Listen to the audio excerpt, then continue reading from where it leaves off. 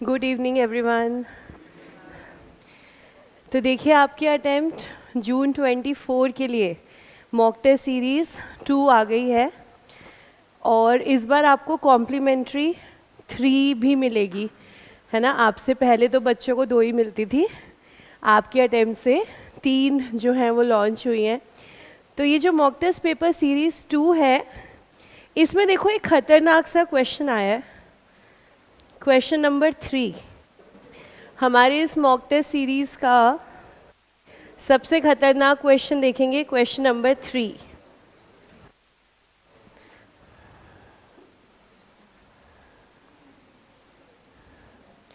आइए ज़रा क्वेश्चन की रीडिंग लेते हैं और पहले ये समझते हैं क्या पता चल रहा है कौन से चैप्टर का क्वेश्चन है।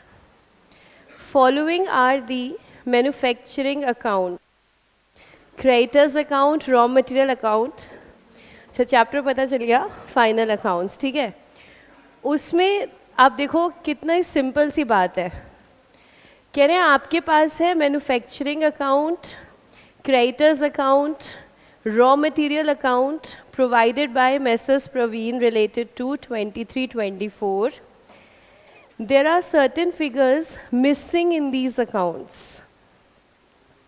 हमारे पास है रॉ मटेरियल अकाउंट। क्या आपने पहले कभी देखा है? कभी नहीं देखा आपने पहले, साक्षात दर्शन सीधा पेपर में आपको हुए हैं। Raw material account, opening stock, creditors, raw material consume, closing stock. Raw material consumed कभी तो सुना था, कैसे निकालते हैं? Opening plus purchase minus closing. और कहाँ शो करते हैं? मैन्युफैक्चरिंग अकाउंट की डेबिट साइड पर, ठीक है। यहाँ पर रॉ मटेरियल कंज्यूम्ड भी नहीं है, क्लोजिंग स्टॉक भी नहीं है, क्रेडिटर्स भी नहीं है। Then creditors, to bank, to balance CD, by balance BD। उसके बाद मैन्युफैक्चरिंग अकाउंट बहुत छोटा सा है, to raw material, to wages, to depreciation, to direct expense. एक बार क्विकली याद कर ले मैन्युफैक्चरिंग में क्या क्या आता था। सबसे पहले तो एक स्टॉक आता था, WIP, यस। डेबिट साइड पर ओपनिंग WIP, क्रेडिट साइड पे क्लोजिंग WIP। उसके बाद हम लोग सारे डायरेक्ट खर्चे दिखाते थे। रॉ मटेरियल कैसे दिखाना था? कंज्यूम्ड, परचेज नहीं दिखाना, कंज्यूम दिखाना है। उसके बाद डायरेक्ट वेजेस, डायरेक्ट एक्सपेंस। उसके बाद indirect material, indirect wages, indirect expense. एक हमने छोटी सी टर्म सीखी थी, सारे डायरेक्ट का सम। सारे डायरेक्ट को अगर हम सम कर दें उसको हम कहते हैं प्राइम कॉस्ट। प्राइम कॉस्ट अगर हम सब डायरेक्ट का सम कर दें। अगर हम सारे इनडायरेक्ट का सम कर दें उसको हम कहते हैं ओवरहेड्स। ओवरहेड्स तो मैन्युफैक्चरिंग में सब डायरेक्ट गए, सब इनडायरेक्ट गए, WIP का ओपनिंग क्लोजिंग गया। और बैलेंसिंग फिगर क्या निकालते थे? By trading. और वो बैलेंसिंग फिगर क्या दिखाती है? Cost of finish goods produce during the year. तो हमें जो अकाउंट गिवन है इसमें मटेरियल का इंफॉर्मेशन नहीं है, वेजेस हैं, डेप है, डायरेक्ट एक्सपेंस है और ट्रेडिंग अकाउंट का अमाउंट निकला हुआ है। मतलब ये जो 1744 है ये बैलेंसिंग फिगर है, क्योंकि बाय ट्रेडिंग अकाउंट तो हमेशा हम कैसे निकालते हैं? As balancing figure. अब देखो additional information. Purchase of machinery worth ₹12 lakh on 1st April 23 has been omitted. Machinery is chargeable at a depreciation rate of 15%. Machinery खरीदी थी हमने 1st April 23 को। हमारे पास डिटेल्स कब की हैं? फाइनेंशियल ईयर 23-24 की, मतलब इसी साल हमने मशीन खरीदी, हम दिखाना भूल गए और अकॉर्डिंगली उसका डेप भी हमसे छूट गया। तो 12 लाख की मशीन पे 15% का डेप लगाना है हमें, 180।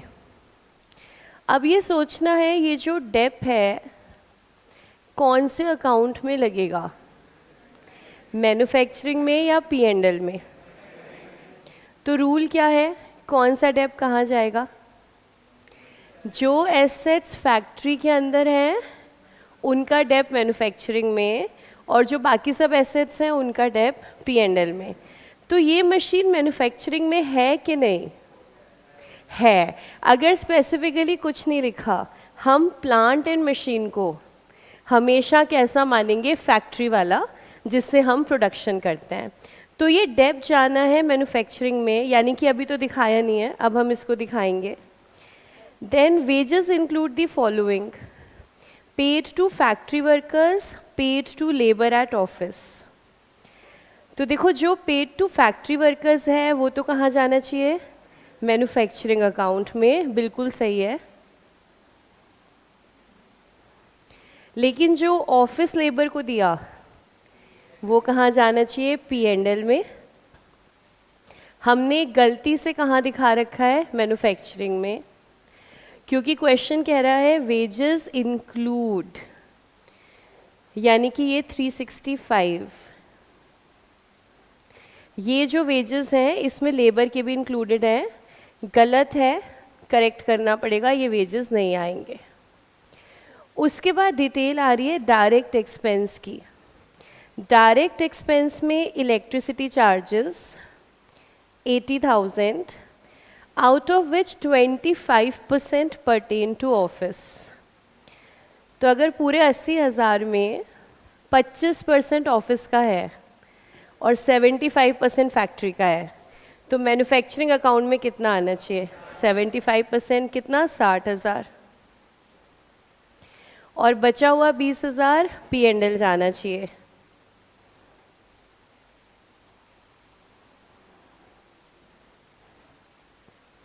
लेकिन हमने गलती से 80,000 दिखा रखा है, तो करेक्ट करेंगे हम, सिर्फ 60 आएगा, 20 जाएगा P&L में। Next mistake, fuel charges 25,000। Fuel charges कहाँ आते हैं, मैन्युफैक्चरिंग में ही आएंगे, क्योंकि फ्यूल रिलेट करेगा फैक्ट्री के साथ, मैन्युफैक्चरिंग में ही आएगा, ये करेक्ट है। फ्रेट इनवर्ड्स मैन्युफैक्चरिंग में ही आएंगे, ये भी करेक्ट है, मैन्युफैक्चरिंग में ही आना चाहिए। Delivery charges to customers, P&L, yes. अगर आपने कस्टमर के घर पे होम डिलीवरी कराई है, उसका खर्चा आया है, तो it is a part of selling and distribution expense, तो ये मैन्युफैक्चरिंग का पार्ट नहीं बनेगा, ये जाएगा P&L में। You are required to prepare revised manufacturing account and raw material account. तो हमें गिवन तो 3 अकाउंट हैं, लेकिन अब हमें बनाना कौन सा है, सिर्फ मैन्युफैक्चरिंग और रॉ मटेरियल। तो फर्स्ट रीडिंग में मुश्किल लग रहा था, ऐसा लग रहा था कि पता नहीं क्या आ गया। अगर बाई चांस पेपर में कुछ ऐसा आ जाए तो कॉन्फिडेंस रख के हैंडल करना, थोड़ा प्यार से बात करोगे आपके दोस्त के साथ, धीरे धीरे समझ में आने लग जाएगा। तो चलो बनाना स्टार्ट करते हैं, मैन्युफैक्चरिंग और रॉ मटेरियल। अच्छा, क्रेडिटर्स अकाउंट का क्या करें, बनाएं कि नहीं बनाएं, वर्किंग में बना लेते हैं, कुछ ना कुछ यूज़ तो क्रेडिटर्स अकाउंट का भी ज़रूर होगा।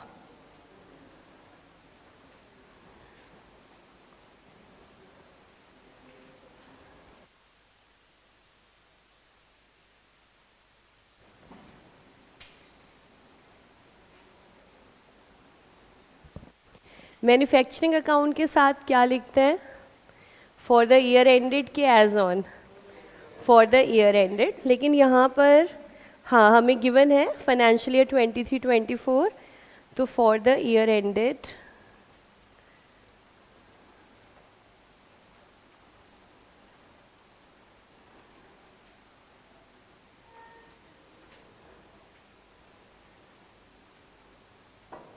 मैन्युफैक्चरिंग में क्वांटिटी का कॉलम तभी बनाना है अगर गिवन है, अदरवाइज नहीं बनाना।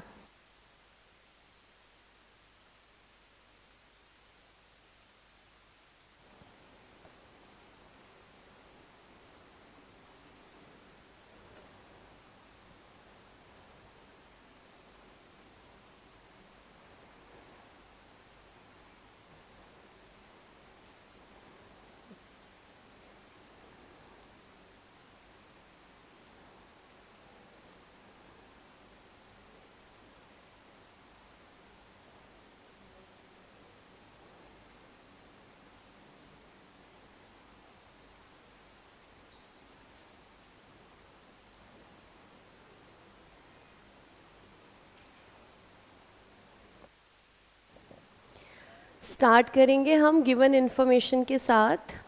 जो जो करेक्ट इन्फॉर्मेशन है वो एज इट इज़ पोस्ट करेंगे।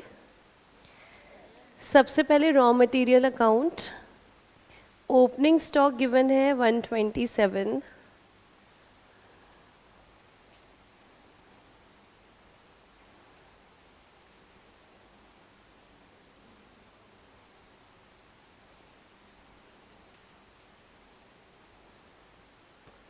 ओपनिंग स्टॉक में कोई चेंज नहीं है, कोई करेक्शन नहीं है, बिल्कुल करेक्ट है। Opening stock 127।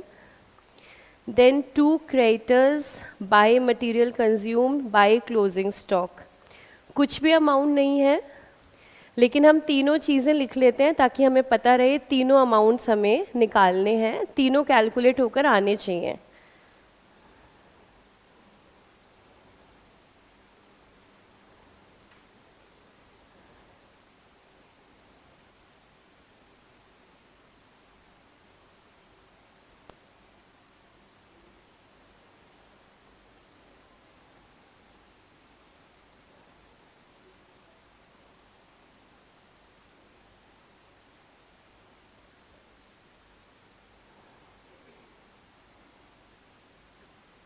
इसके बाद क्रेडिटर्स अकाउंट वर्किंग नोट में balance brought down carried down दोनों गिवन है, पेमेंट भी गिवन है टू बैंक, सब करेक्ट है, कोई मिस्टेक नहीं, तीनों चीज़ें पोस्ट करते हैं।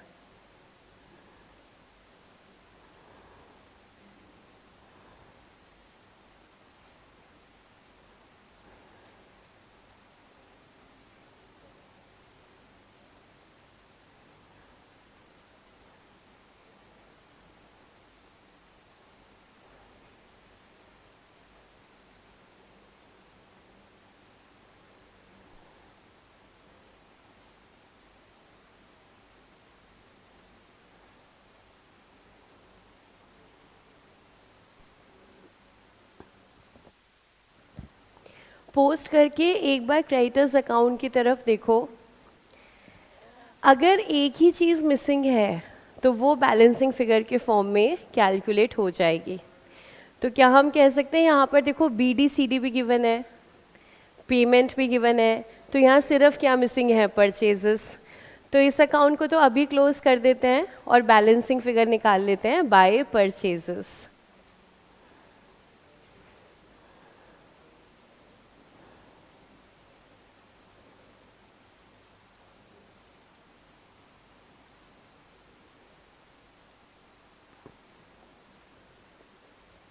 देखें कितनी आ रही है बैलेंसिंग फिगर, 1440। अब ये जो परचेजेस होती हैं क्रेडिटर्स अकाउंट में हमने लिखा बाय परचेजेस, तो ये परचेजेस किस चीज़ की होती हैं? हाँ देखो नॉर्मली तो गुड्स की होती हैं, फिनिश गुड की, लेकिन यहाँ पर मैन्युफैक्चरर है तो मैन्युफैक्चरर फिनिश गुड नहीं खरीदता, मैन्युफैक्चरर तो क्या खरीदता है, रॉ मटेरियल। इसका मतलब यहाँ पे परचेजेस किसकी हैं, रॉ मटेरियल की। तो क्या हम कह सकते हैं रॉ मटेरियल के अकाउंट में जहाँ 2 क्रेडिटर्स लिखा है वहाँ अमाउंट कौन सा चला जाएगा, 1440। क्योंकि जब हम फिनिश गुड खरीदते हैं तो एंट्री डालते हैं परचेजेस टू क्रेडिटर, यहाँ पर मटेरियल खरीदा वैसे तो परचेजेस टू क्रेडिटर डालते, लेकिन जो क्वेश्चन की इंफॉर्मेशन आ रही है उससे क्या पता चल रहा है, हमने क्या एंट्री डाली है, रॉ मटेरियल टू क्रेडिटर। तो मतलब बाय परचेजेस के साथ ऑब्लिक करके यहाँ पर लिखेंगे रॉ मटेरियल। तो by raw material 1440, raw material account में 2 क्रेडिटर्स 1440। वर्किंग नोट का रेफरेंस साथ में देंगे।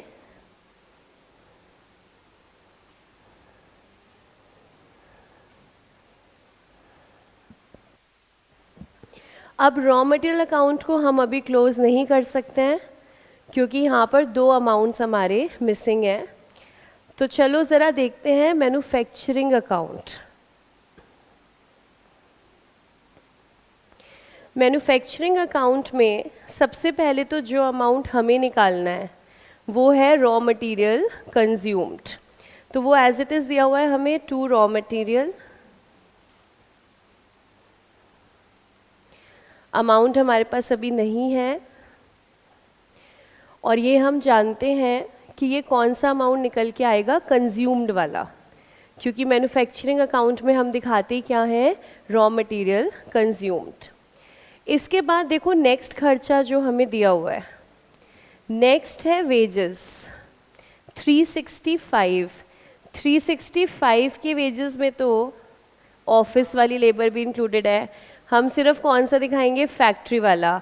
तो क्या हम कह सकते हैं 3,15,000 इज करेक्ट वेजेस, तो हम यहाँ लिख रहे हैं 2 wages 315।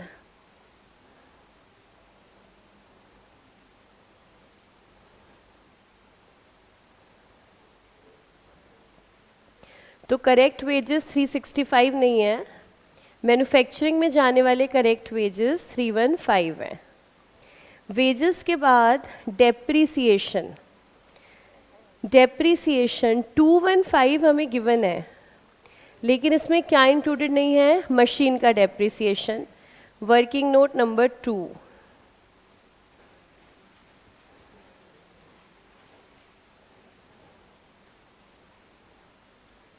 depreciation already given 215,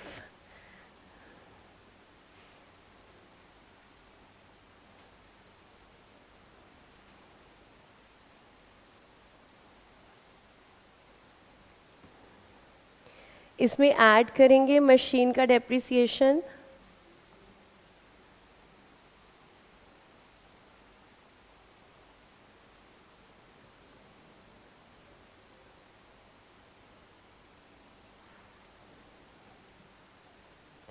machine हमने स्टार्टिंग में ही ले ली थी, तो फुल ईयर का डेप लगेगा 12 लाख पे 15% 180।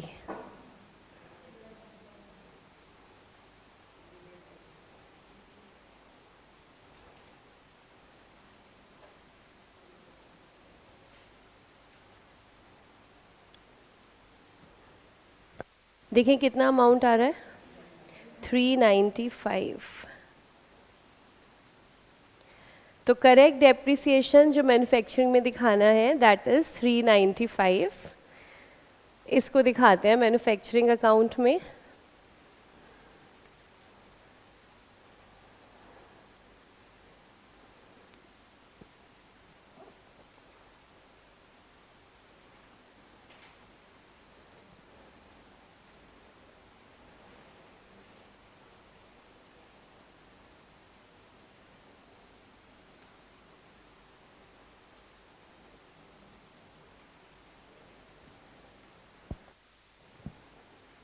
यहाँ तक कोई डाउट, सब point clear. Next direct expenses. अब देखो पॉइंट नंबर 3 कह रहा था डायरेक्ट एक्सपेंसेस इंक्लूडेड, यानी कि हमें 249 के अमाउंट में प्लस माइनस करना पड़ेगा, जो गलत है वो हटाएंगे और कुछ अगर छूट गया है तो उसको हम चार्ज करेंगे। तो नेक्स्ट वर्किंग नोट पे आते हैं। डायरेक्ट एक्सपेंस गिवन 249 है, चेक करते हैं करेक्ट कितना है। बहुत बढ़िया, बच्चों ने निकाल लिया। क्या अमाउंट, 2,07,000। चलिए चेक कर लेते हैं।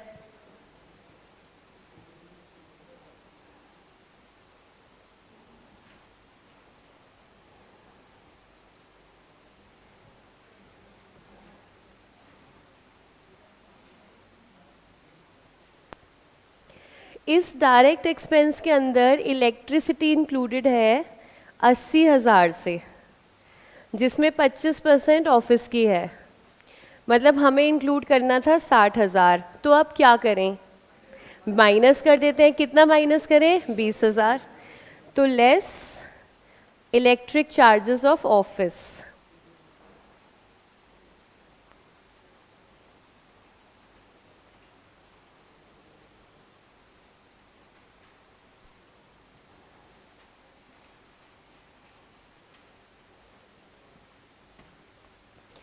इलेक्ट्रिक चार्जेस के बाद fuel is correct, freight is correct, delivery नहीं दिखाना था, उसको हटा देते हैं, माइनस डिलीवरी चार्जेस।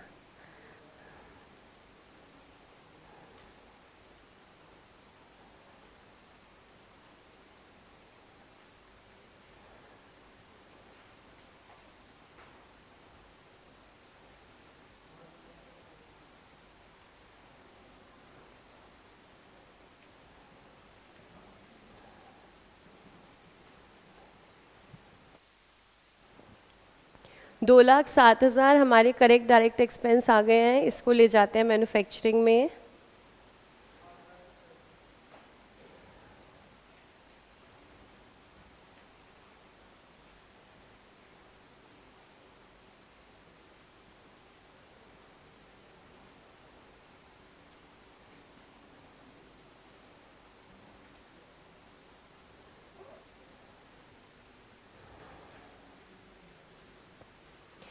अब इसके बाद अगला पॉइंट जो यहाँ पर है वो इम्पोर्टेंट है।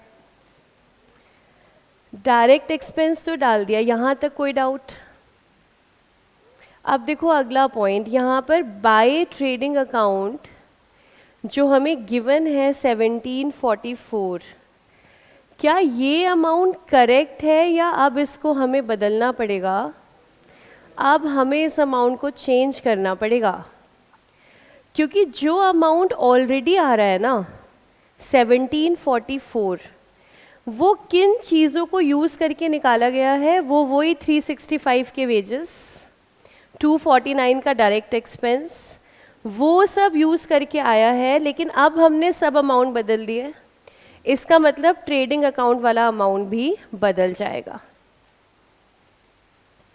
तो क्वेश्चन के अंदर हमें जो ये अमाउंट दिया हुआ है 1744 का, ये कैसे निकाला था? 365 के वेजेस लिए थे, 215 का डेप लिया था, डायरेक्ट एक्सपेंस लिए थे, और साथ में कुछ ये होगा कंज्यूम्ड। इन सब का सम है 1744।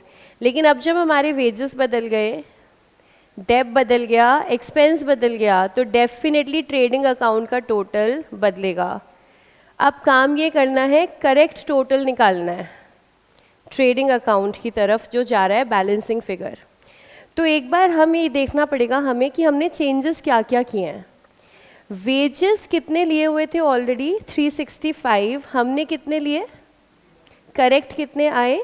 3,15,000। तो हम कह सकते हैं हमने वेजेस को रिड्यूस करा है।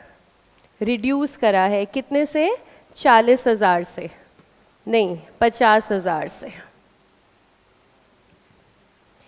हमारे पास जो ऑलरेडी बैलेंसिंग फिगर गिवन है उसमें वेजेस लिए हुए थे 365, लेकिन वो इनकरेक्ट है। हमने वेजेस को करेक्ट किया 315 पर, यानी कि हमने वेजेस में फॉल करवाया है 50,000 का। अब देखो डेप्रीसिएशन 215 ऑलरेडी लिया हुआ है, लेकिन ये इनकरेक्ट है। करेक्ट कितना? 395। हमने डेप को बढ़ाया है 1,80,000 से।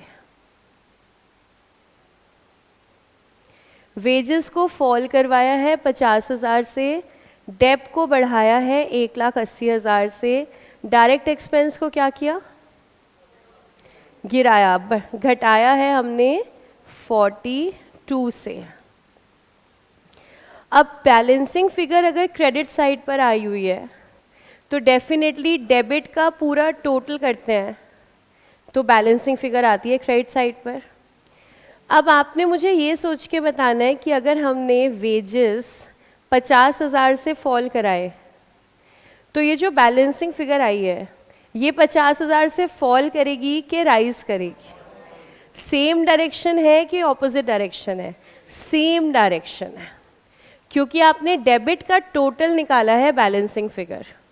तो अगर डेबिट में कुछ फॉल हो रहा है तो टोटल भी फॉल हो रहा है, डेबिट में कुछ राइज हो रहा है तो टोटल भी राइज हो रहा है।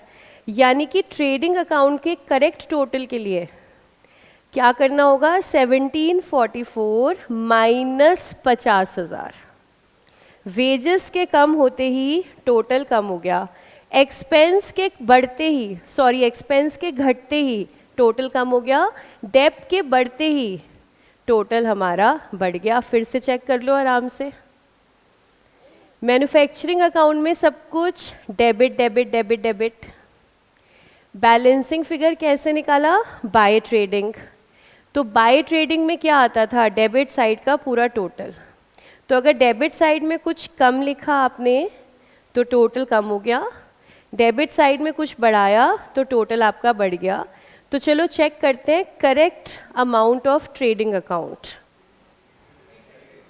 अब आपको समझ आ गया, अब आपने फटाफट निकाल लिया। देखिए ज़रा correct amount. Working note number 4 calculation show करना पड़ेगा।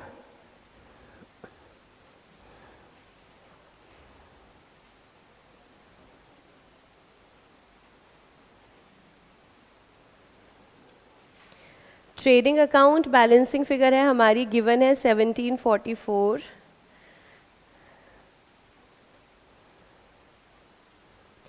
इसमें से लेस करेंगे डिक्रीज इन वेजेस।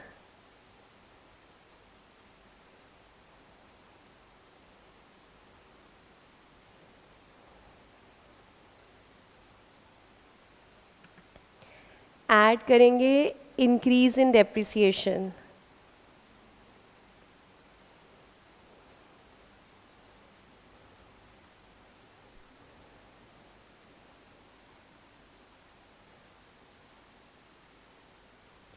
फिर लेस करेंगे डिक्रीज इन डायरेक्ट एक्सपेंस।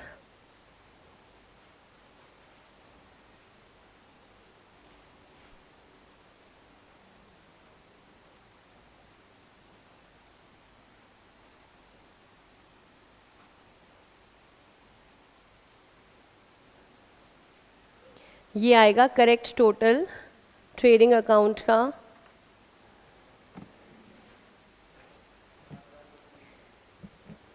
$18,32,000।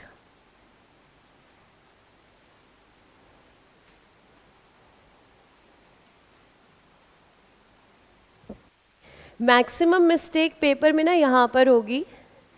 आप लोग डेबिट तो फिर भी करेक्ट कर दोगे, लेकिन ये भूल जाओगे कि ट्रेडिंग का भी जो टोटल है ना उसको करेक्ट करना पड़ेगा। देखो एक बार फिर से देख लो ये वाला पॉइंट। मैन्युफैक्चरिंग अकाउंट एक बार याद करते हैं। सारी पोस्टिंग तो डेबिट साइड पर ही होती है। क्रेडिट पर तो क्या क्या आता है, क्लोजिंग WIP, और क्लोजिंग WIP के साथ साथ सेल ऑफ बाय प्रोडक्ट, दो ही चीज़ें आती हैं क्रेडिट पर, क्लोजिंग WIP और सेल ऑफ बाय प्रोडक्ट। हमारे इस क्वेश्चन में दोनों में से कुछ नहीं है, ना तो क्लोजिंग WIP है ना सेल ऑफ बाय प्रोडक्ट है। सिर्फ डेबिट साइड पर पोस्टिंग्स हैं। डेबिट साइड पर raw material consumed, direct wages, direct expenses, indirect material, indirect wages, indirect expense. मान लो आपने ये जो सब कुछ डाला था इसका टोटल आ रहा है 10 लाख। डेबिट साइड का टोटल 10 लाख आ रहा है, तो क्रेडिट साइड में बाय ट्रेडिंग अकाउंट कितना लिखोगे? 10 लाख। क्रेडिट पे और तो कुछ है ही नहीं, तो क्रेडिट पे आपने लिखा ट्रेडिंग अकाउंट,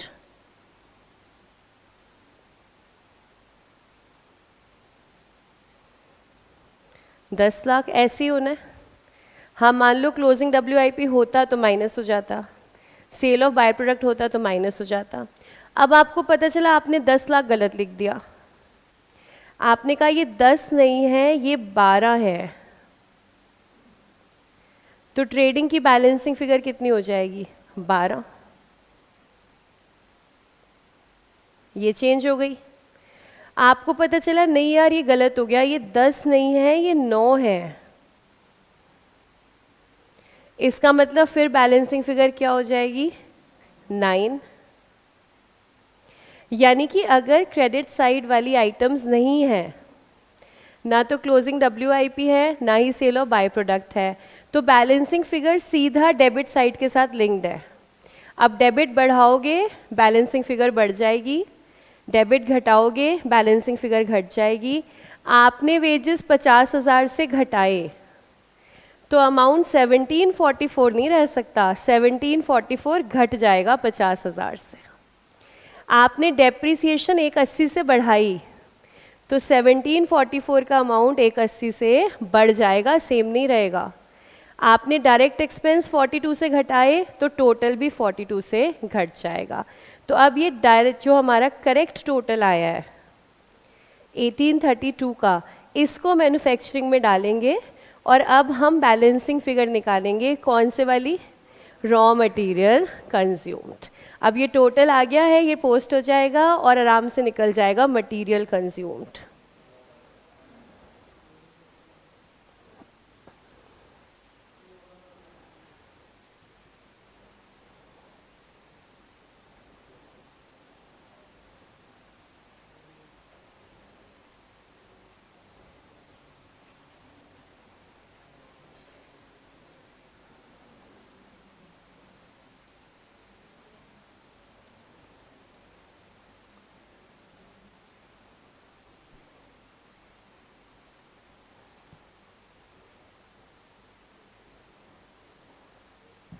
निकाल लिया आप लोगों ने, कितना आ रहा है, 9,15,000।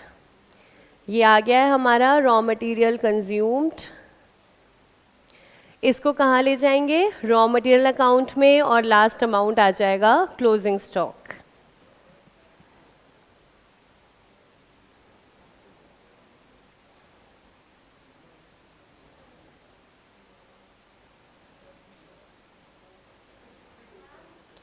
$652, हाँ जी। कौन सा अमाउंट, चेक करो कैलसी पे दोबारा, 3 बार चेक कर लिया। यहाँ आ जाओ, यहाँ आके चेक करो ज़रा, कैलसी ले आओ, आ जाओ।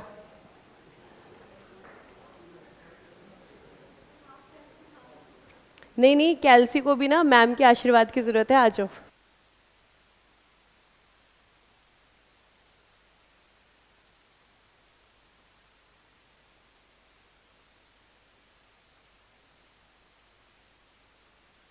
देखो 9,15 आ चुका है, कैलसी को भी कभी कभी आशीर्वाद की ज़रूरत होती है।